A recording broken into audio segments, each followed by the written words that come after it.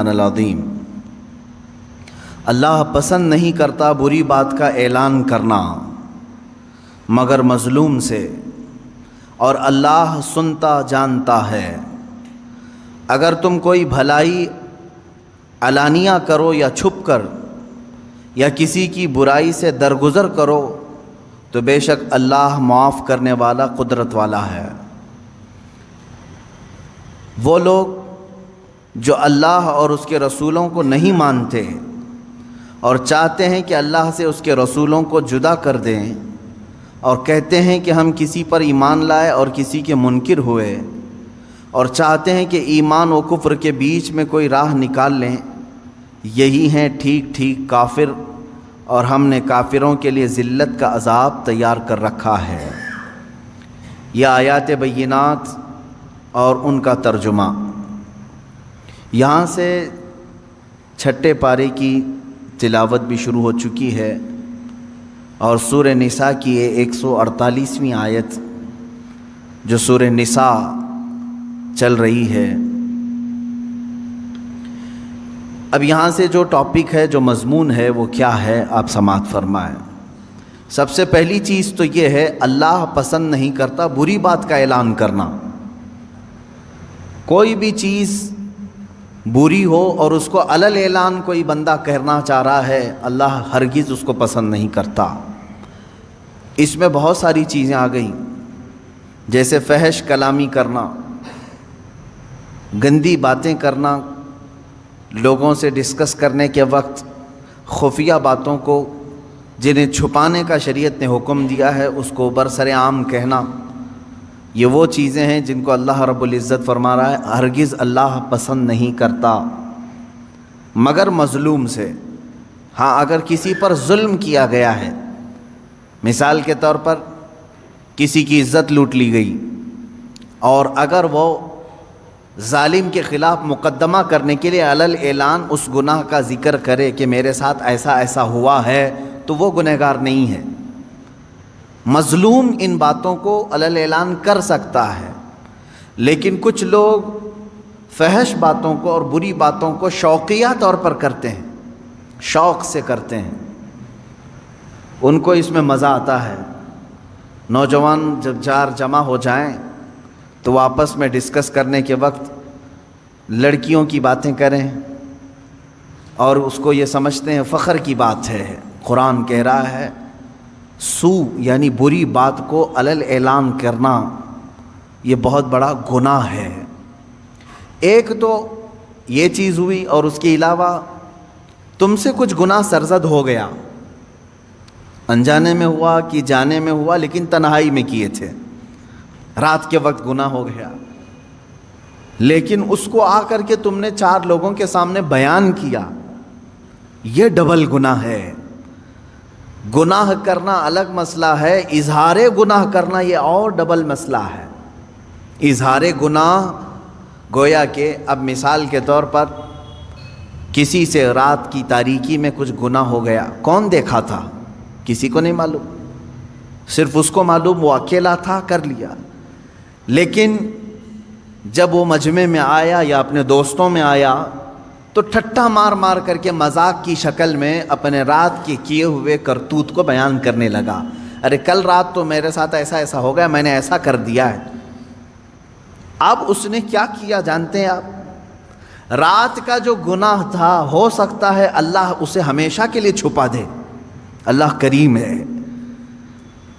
بندے کا گناہ وہ چھپا دے گا تنہائی میں کیا ہوا، اور ہو سکتا ہے دنیا میں جب اس نے چھپا دیا ہے آخرت میں بھی اللہ اس گناہ کو نہ کھول کر کے معاف کر دے، بخش سکتا ہے۔ رب تبارک و تعالیٰ اپنے فضل و کرم سے معاف بھی کر دے گا، لیکن جب تم نے گناہ کا اظہار کیا تو گویا کہ دوسروں کو اپنے گناہ پر گواہ بنا دیا، تم نے 4-5 لوگوں کو اور بتا دیا کہ تم نے یہ کیا تھا۔ اب مجھے بتاؤ قیامت کے دن جب ان گناہوں پر تم بخشش کا سوال کرو گے کہ اللہ مجھے ان تمام چیزوں سے چھٹی دے دے، معاف کر دے، تو جن جن تک تم نے یہ ساری باتیں بتائی تھی وہ بھی کھڑے ہو جائیں گے کہ اگر اس کی یہ چیزیں معاف ہو سکتی ہیں تو ہماری کیوں نہیں معاف ہو سکتی؟ ہماری بھی معاف کی جائیں. تو میرے عزیزو، گناہ ایک الگ چیز ہے، اظہار گناہ یہ اور خطرناک چیز ہے. چھپانے کا حکم ہے. جب کسی سے کچھ گناہ ہو جائے تو اسے چھپا دیا جائے. عزیزان گرامی وقار، اسی لیے جانتے ہیں اللہ تبارک و تعالیٰ نے عیبوں کو چھپانے پر بہت زیادہ اجر و ثواب کا اعلان فرمایا. اور حدیث رسول صلی اللہ تعالیٰ علیہ وسلم ہے، جس نے اپنے بھائی کے عیب چھپائے قیامت کے دن اللہ اس کے عیبوں کو چھپائے گا. تم ستر پوشی کرو، علل اعلان برائیوں کا تذکرہ نہ کرو، اللہ تمہارے بھی بہت ساری چیزیں چھپا دے گا. تم چاہتے ہو کہ تمہارا کچھ نہ کھلے تو دوسروں کا بھی کھلنے نہ دو، ان کی پردہ پوشی کرو. مجھے چند دنوں قبل ایک صاحب نے یہ سوال کیا تھا کہ کوئی مولوی صاحب ہیں یا مؤذن صاحب ہیں، میتوں کو نہلاتے ہیں، اور کسی جگہ میت کو نہلانے کے بعد انہوں نے فلاں فلاں باتیں کہیں کہ میں نے ایسے ایسے مردے دیکھے، فلاں کا چہرہ ایسا ہو گیا تھا، فلاں کا ایسا ہو گیا تھا.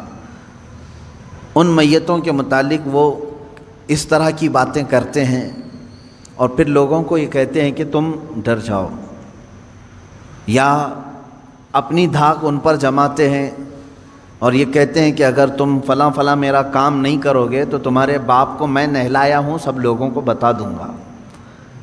معاذ اللہ رب العالمین. اسی لیے جانتے ہیں آپ، ایک صاحب نے فون کر کے ہم سے یہ مسئلہ پوچھا کہ وہ اس طرح سے دھمکی بھی دے رہے ہیں کہ کچھ لوگوں کو، کیا مسئلہ ہے؟ اسی لیے شریعت طاہرہ نے حکم یہ دیا ہے اپنی میت کو نہلانے کے لیے بھی ایسا آدمی ہو جو پرہیزگار ہو. ہاں، یہ حکم ہے، جو پرہیزگار ہو، جو تقوی شعار ہو، اس کو نہلانے کے لیے بھیجا جائے، وہ آدمی نہلائے میتوں کو. کیوں اس طرح کا حکم شریعت طاہرہ نے دیا؟ اس کی وجہ یہ ہے کہ اگر وہ نہلانے کے دوران کوئی عیب دیکھتا ہے تو اسے وہیں چھپا دے. مسلمان کے عیب کو ظاہر کرنا بہت بڑا گناہ ہے. جب آپ میت کا کوئی عیب نہیں بیان کر سکتے تو پھر زندوں کا عیب کیسے بیان کر سکتے ہیں؟ زندے کو تو اور مجمع میں رہنا ہے، میت کو تو اب قبرستان میں جانا ہے. اب اس کے تم جو برائیاں بیان کر رہے ہو میت کی، یہاں تو کوئی اس کو اب برا بھلا کہنے والا کوئی نہیں رہے گا، وہ تو قبرستان اپنے الگ شہر چلا گیا. لیکن شریعت نے جب میت کی برائیاں کرنے کو منع کیا ہے تو آپ اندازہ کریں زندوں کے عیبوں کو کھولنا کتنا بڑا گناہ ہے. اور ایک بات یہ بھی یاد رکھ لیں، جنہوں نے مسئلہ مجھ سے پوچھا تھا میں ان کو یہاں ذکر کر کے میسج بھی دے دیتا ہوں. جو بندہ چاہے وہ مولوی ہو، مؤذن ہو، جس نے بھی ایسی حرکتیں کی ہیں کہ میتوں کو نہلانے کے بعد ان کے گھر والوں کے ساتھ بلیک میلنگ کرنا، میں کہتا ہوں ایسا شخص فاسق و فاجر ہے، بدترین گنہگار ہے، اور اسے آئندہ اس طرح مومن میتوں کو نہلانے کا کام ہرگز نہ دیا جائے. یہ بات آپ سمجھ کر کے چلے ہیں کہ مومن وہ ہے جو اپنے دوسرے مومن بھائیوں کی عیب پوشی کرے، یعنی چھپا دے. اب دیکھیں آیت پڑھیں، یہاں پر جس بات کا ذکر ہے وہ باتوں کا ہے. لا يحب اللہ الجہر بالسوء من القول، باتوں میں بری بات علل اعلان کرنا اللہ کو سخت ناپسند ہے. بری باتیں، اس میں کیا کیا چیزیں آ گئیں؟ وہ سارے گانے جن میں فحاشیاں ہوتی ہیں وہ بھی اس میں آ گئیں. اللہ ہرگز نہیں پسند کرتا. بعض لوگ یہ سمجھتے ہیں فیشن ہے، اس میں غلیظ باتیں ہوتی ہیں. بعض شعراء ایسے ہوتے ہیں، شاعر لوگ، جس میں غلاظت بھری ہوئی ہوتی ہے. عورتوں کے اندرونی معاملات پر گفتگو کرنا اور اس پر شعر و شاعری کرنا، اور فحاشیت کی طرف خصوصیت کے ساتھ کچھ شعر ایسے ہوتے ہیں جن سے شہوت کو ابھارا جائے. میرے عزیزو، یہ تمام باتیں اس آیت کے اندر ہیں. اللہ نے فرمایا ایسی بری بات کا علل اعلان کرنا اللہ رب العزت کو سخت ناپسند ہے، سخت ناپسند ہے. ایک حدیث میں نے پڑھی، آپ سب توجہ رکھیں میرے عزیزو، بچوں، جوان.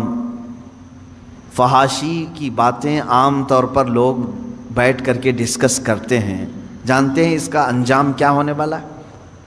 تم سوچتے ہوں گے ٹھٹا مار کر کے ہنس دیے، فلاں عورت کے اندرونی معاملات پر ہم گفتگو کریں، فلاں لڑکی کی فگر کے بارے میں بات کریں، معاذ اللہ۔ ایسے بہت ساری چیزیں ہیں جو غلاظت ہے، اس کو علل اعلان آدمی کر رہا ہے۔ اس کا انجام کیا ہے؟ حدیث پاک میں ہے، فرمایا گیا جب وہ مرتا ہے تو اس کے منہ سے ایک اتنی تیز بدبو نکلتی ہے جس سے جہنم بھی کانپنے لگتا ہے۔ یہ ہو سکتا ہے کہ سامنے والوں کو نہ سونگھنے میں آئے جو اس وقت میت کے ہیں، لیکن یہ باطنی بدبو اس کے منہ سے نکلتی ہے جس سے جہنم کانپنے لگتا ہے۔ اتنی خطرناک بدبو اس کے منہ سے نکالی جائے گی۔ جو اپنی زندگی میں فحش کلامی کرتا تھا، میرے عزیزو، گناہ کس سے نہیں ہوتے ہیں؟ گناہ بہت سارے لوگوں سے ہو جاتے ہیں، لیکن ان گناہوں کا اظہار کرنا اپنی زبان سے یہ غلیظ گناہ ہے، سخت ترین گناہ ہے۔ تم لوگوں کے سامنے بیٹھ کر کے جب بیان کرو گے تو اس کا مطلب یہ ہوا کہ اللہ کو تم سینہ زوری کر رہے ہو، اترا کر کے بتا رہے ہو، دیکھ میں نے چھپ کر کے کیا بھی اور سب کو بتا بھی رہا ہوں، کون میرا کیا کر لے گا، معاذ اللہ رب العالمین۔ تو گویا کہ تم رب ذوالجلال سے کوئی خوف نہیں رکھتے۔ مومن کی شان یہ ہے کہ انجانے میں بھولے میں گناہ ہو گیا تو سر جھکا کر کے چلتا ہے، شرمندگی سے ڈرتا ہے، کہیں میرے مولا کی پکڑ نہ ہو جائے، رات میں مجھ سے ایسے خطا ہو گئی ہے، مجھ سے غلطی ہو گئی ہے، گناہ ہو گیا ہے۔ اب وہ دن بھر شرم سے چلتا رہتا ہے، شرماتا رہتا ہے، میں آسمان کی طرف منہ کیسے اٹھاؤں، رب تبارک و تعالی مجھ سے خفا تو نہیں ہے، ناراض تو نہیں، یہ فیلنگ مومن کی ہوتی ہے۔ لیکن جب کسی کے دل سے ایمان رخصت ہو رہا ہوتا ہے تو وہ گناہوں پر فخر کرنے لگتا ہے، کل رات میں نے جو کیا اچھا ہی کیا، کون سا برا کام کیا، اور پھر 4 لوگوں کو اپنے گناہ پہ گواہ بھی بناتا ہے۔ اس چیز سے، اس حرکت سے ہمیشہ بچتے رہے۔ گناہ کرنا اور ہے، اظہار گناہ اور بڑا گناہ ہے۔ دوسری چیز، فحش کلامی، یعنی مذاق میں بھی ہو، ایسا مذاق کرنا جس میں غلاظتوں کا ذکر آئے، چاہے وہ شہوت کی باتیں ہوں، عورتوں کی باتیں ہوں، مردوں کی باتیں ہوں، اس طرح کی باتیں کرنا جو آپ اپنے ماں باپ کے ساتھ اور اپنے بیٹے بیٹیوں کے ساتھ کرنا مناسب نہیں سمجھتے، یہ وہ فحش کلامی ہے جو دوستوں کے ساتھ اکثر لوگ کر جاتے ہیں۔ میرے عزیزو، ایک اس میں سے ایکسیپشن ہے، اس کو فحش نہیں کہیں گے، فحش نہیں۔ مثال کے طور پر شادی شدہ مرد اپنی بیوی سے ہم کلام ہے تنہائی میں، اور وہ آپس میں ایک دوسرے سے اپنے پرسنل معاملات میں بات کرتے ہیں، تو وہ اس آیت کے انڈر میں نہیں ہے، اس کی اجازت ہے ان کے لیے، وہ اس آیت کے انڈر میں نہیں ہے۔ مرد اپنی عورت کی تعریف کرے، اگر اس کے چہرے کی، اس کی خوبصورتی کی تعریف کرے، تو یہ اس آیت کے انڈر میں نہیں آئے گا کہ برائیوں کا اس نے علل اعلان تذکرہ کیا، نہیں۔ وہی اپنی بیوی کے ساتھ گزارے ہوئے معاملات دوسرے دن آ کر کے دوستوں کو بتاتا ہے تو یہی گناہ بن جائے گا۔ اپنی بیوی سے تذکرہ کرے گا، حلال ہے، لیکن جب دوسروں کے سامنے آ کر کے ان چیزوں کو بیان کرے گا تو یہ حرام ہے، اور وہ گناہ کر رہا ہے، بری بات کو علل اعلان کر رہا ہے، حالانکہ اس کے لیے حلال تھا، لیکن یہ ذکر اپنی بیوی کے ساتھ کر سکتا تھا۔ یہی چیز عورتیں اگر اس طرح کی حرکتوں میں مبتلا ہیں کہ چاہے تم اپنے شوہر کے ساتھ جس طرح سے بھی رہو، حلال طریقے سے اسلام نے جو اجازتیں دی ہیں تم زندگی گزارو، ان کے ساتھ رات گزارو، لیکن رات کے معاملات کو اگر عورتیں 4 عورتوں میں بیٹھ کر کے بیان کرتی ہیں تو بھی وہ اس آیت کے انڈر میں آتی ہیں۔ اللہ رب العزت نے جن کے متعلق یہاں وعید بیان کی کہ یہ فحش کلامی کرنے والے اللہ کو ناپسند ہیں، اللہ ان کی طرف نظر رحمت نہیں فرمائے گا۔ عزیزان گرامی وقار، چاہے مردوں سے یہ خرابی ہو یا عورتوں سے یہ خرابی ہو، ان دونوں چیزوں سے بچنا چاہیے۔ شرم حیا کے پیکر بنو، ان چیزوں کا تذکرہ زبان پر لانے سے تھوڑا بچتے رہو۔ ایک بات یہ بھی یاد رکھ لیں، آدمی کے نسب کا بھی پتہ بعض بزرگوں نے فرمایا اس کی زبان سے چلتا ہے۔ اگر زیادہ فحش کلامی کرتا ہے، غلیظ جملے بکتا ہے، تو اس کے نسب کے متعلق بھی بعض علماء نے انگلی اٹھائی ہے، کیونکہ شریف نسل والا آدمی اپنی زبان پر غلیظ باتیں لانے سے کتراتا ہے۔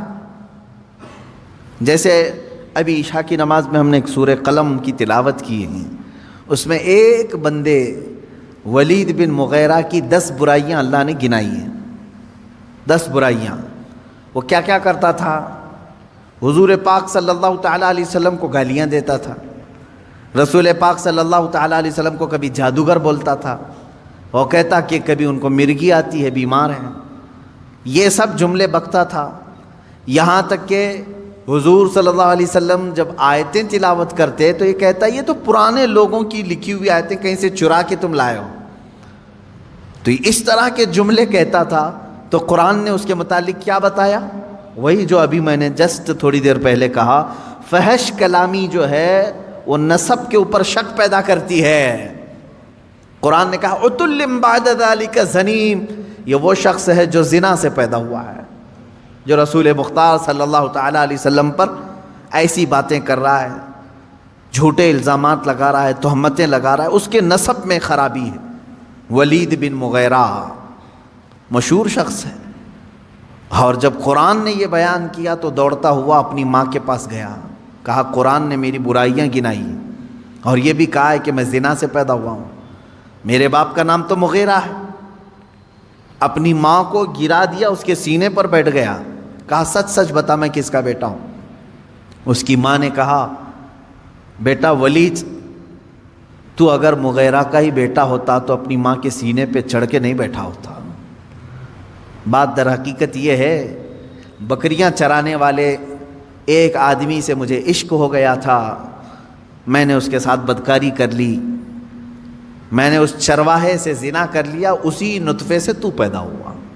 ماں نے اس شک کو بھی دور کر دیا، قرآن نے جو بتایا وہ حق ہو کر نکلا۔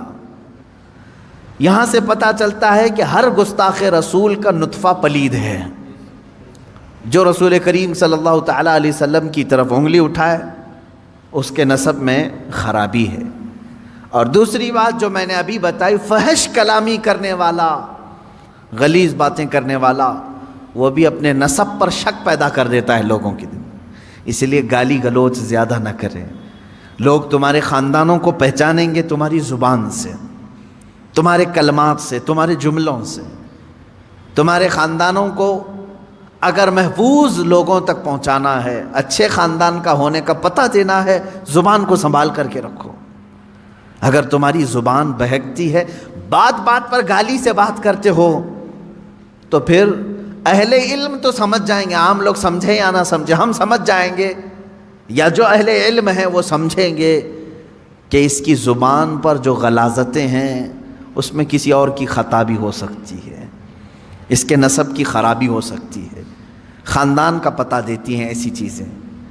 اب آگے بڑھتے ہیں، اللہ رب العزت فرماتا ہے ان تبدو خیرا او تخفوہ عن سوء فإن اللہ کان عفوا قدیرا، اگر تم کوئی بھلائی علل اعلان کرو یا چھپ کر، یعنی کوئی بھی بھلائی، اب دیکھیں اس سے پہلے برائی کا تذکرہ ہوا، برائی اگر ہوئی تو علل اعلان ہرگز نہیں، اللہ پسند نہیں کرتا، لیکن بھلائی اگر تم علل اعلان کرو یا چھپ کر کرو، دونوں بھی اللہ قبول کرے گا، اللہ دونوں چیزوں کو پسند کرتا ہے۔ کچھ بھلائیاں ایسی ہیں جن کو علل اعلان کرنا ہے، اور کچھ بھلائیاں ایسی ہیں جن کو چھپا کر کرنا ہے۔ نیکیاں جو ہے نا سب چھپانے کا حکم نہیں ہے، بعض نیکیاں وہ ہیں جن کو علل اعلان کرنا ہے۔ نماز چھپ کر پڑھنے کا حکم نہیں ہے، میں سارے لوگوں کی نظروں میں آ کر کے جماعت سے نماز ادا کرو، علل اعلان کرو یہ نیکی۔ زکوٰۃ دینے کا بھی حکم یہ ہے، چھپا کر کے نہیں، دکھا کر کے دینا افضل ہے زکوٰۃ۔ باقی جو خیرات ہے، نفل خیرات، ایسا دو کہ دوسرے ہاتھ کو خبر بھی نہ ہو۔ دیکھیں آپ، نیکیاں بعض علل اعلان کرنا ہے اور بعض چھپا کر کے۔ نماز اگر کوئی کہتا ہے نہیں میں اپنے روم میں پڑھ لیتا ہوں، میں بند کر کے اکیلا پڑھ لیتا ہوں، منع کیا گیا ہے کہ یہ نیکی چھپ کر کے نہیں، دکھا کر کرنی ہے، علل اعلان کرو۔ اس کی وجہ کیا ہے؟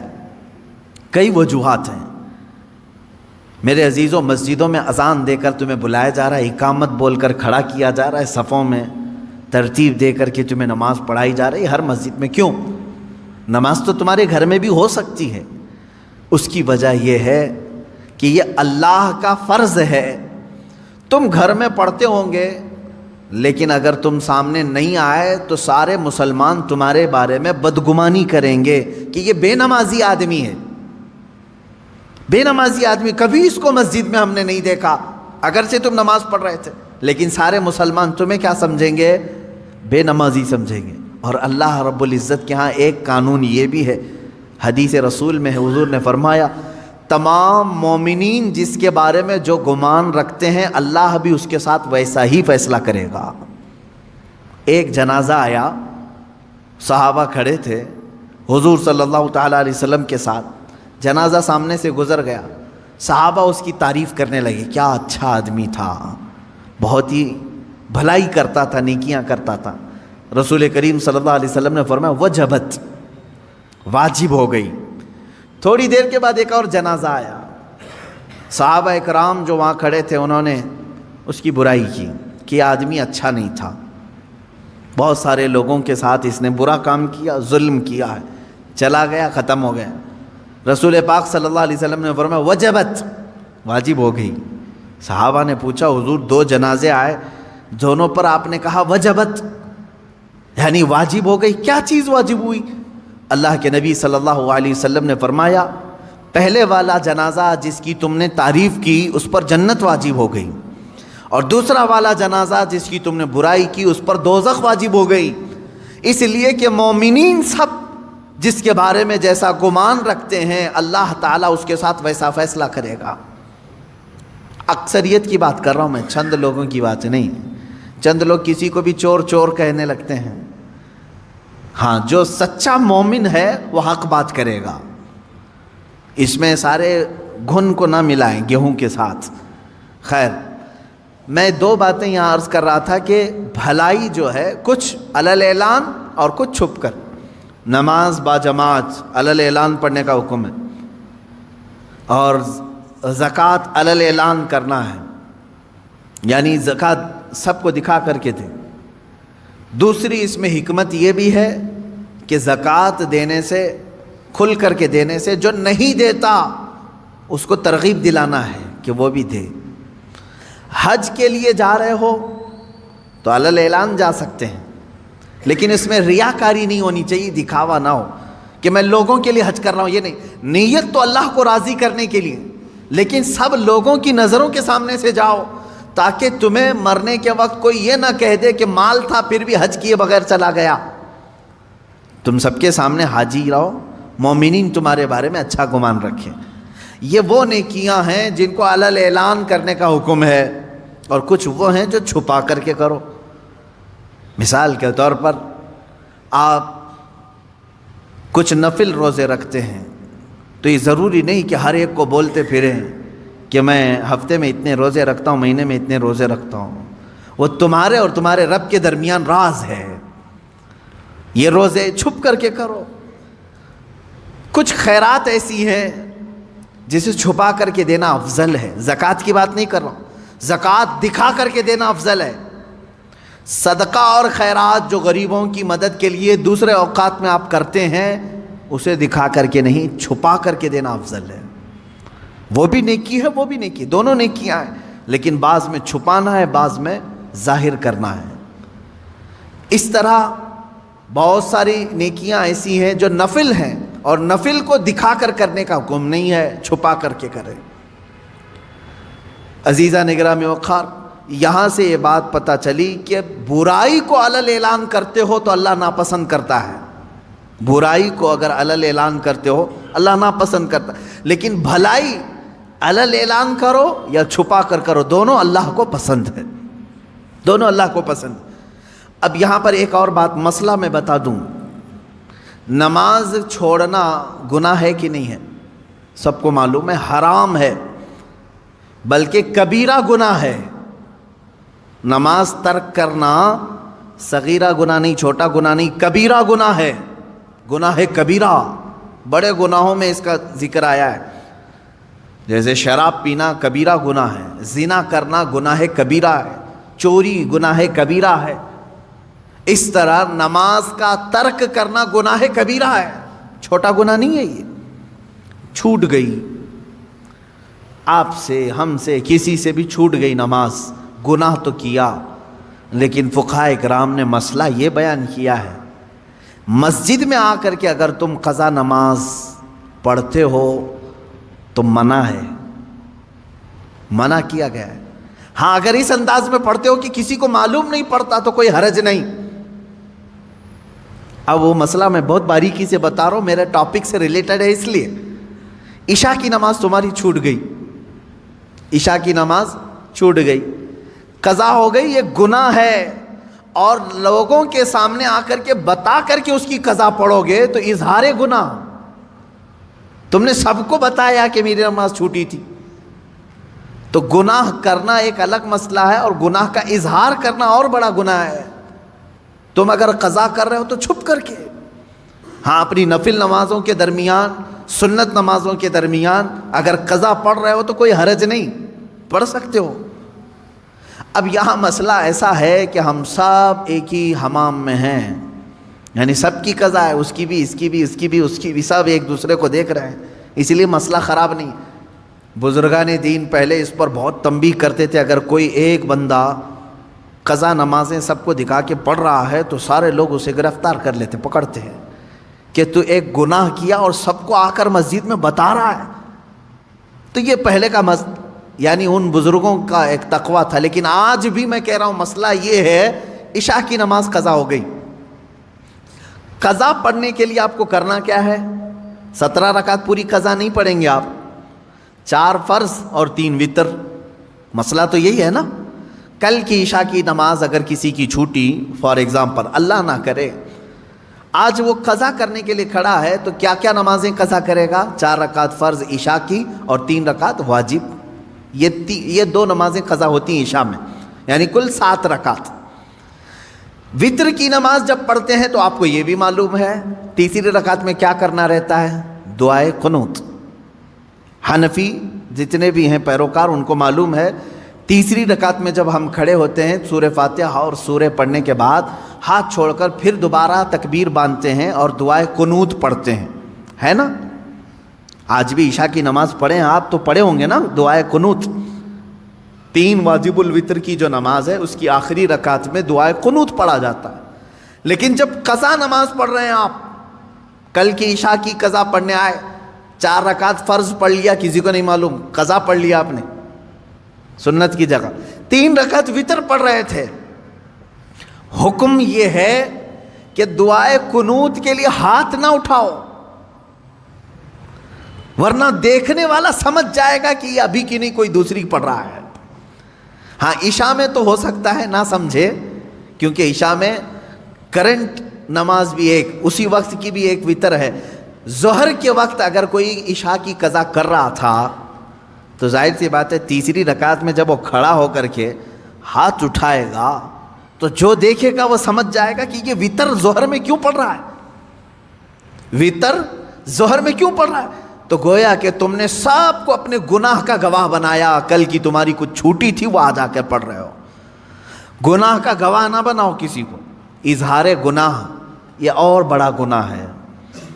یہ مسئلہ آپ نے سمجھ لیا ہوگا۔ اب اندازہ کرو ایک چھوٹی ہوئی نماز کو بندہ جب ادا کرنے آ رہا ہے تب شریعت نے اتنا حکم دیا ہے کہ چھپ کر کے کرو، ان لوگوں کا کیا انجام ہوگا جو فحش کلامی علل اعلان کرتے ہیں، رات کو زنا ہو گیا ہے فلاں کے ساتھ، فلاں ہو گیا ہے، اس کو مزے لے کر کے بیان کرتے ہیں، ان کا کیا انجام ہوگا۔ میاں یہاں نماز کی قضا کے لیے بھی شریعت نے کہا ہے کہ اس طرح پڑھو کہ لوگوں کو خبر نہ ہو، اور لوگوں کی جو برائیاں بیان کرتا ہے کٹوں پہ بیٹھ کر کے، اس کا کیا انجام ہے۔ سوچو اس بات کو، قرآن کی یہ دونوں آیتیں ہمارے لیے عبرت ہیں۔ اللہ نے فرمایا ایک تو یہ زبان سے نکلنے والا کوئی برا کلمہ اللہ تم سے ہرگز پسند نہیں کرتا. اور جب ایسا بندہ مر جاتا ہے جو فحش کلامی کرتا ہے، اس کے منہ سے بدبو نکلتی ہے ایسی کہ جہنم بھی کانپنے لگتا ہے. یہ حدیث میں ہے. اور دوسری چیز، 2 آیت میں نے پڑھی، ان تبدو خیرا او تخفو، اگر تم بھلائی کو علل اعلان کرو یا چھپ کر کرو، اللہ رب العزت اسے پسند کرتا ہے، قبول کرتا ہے.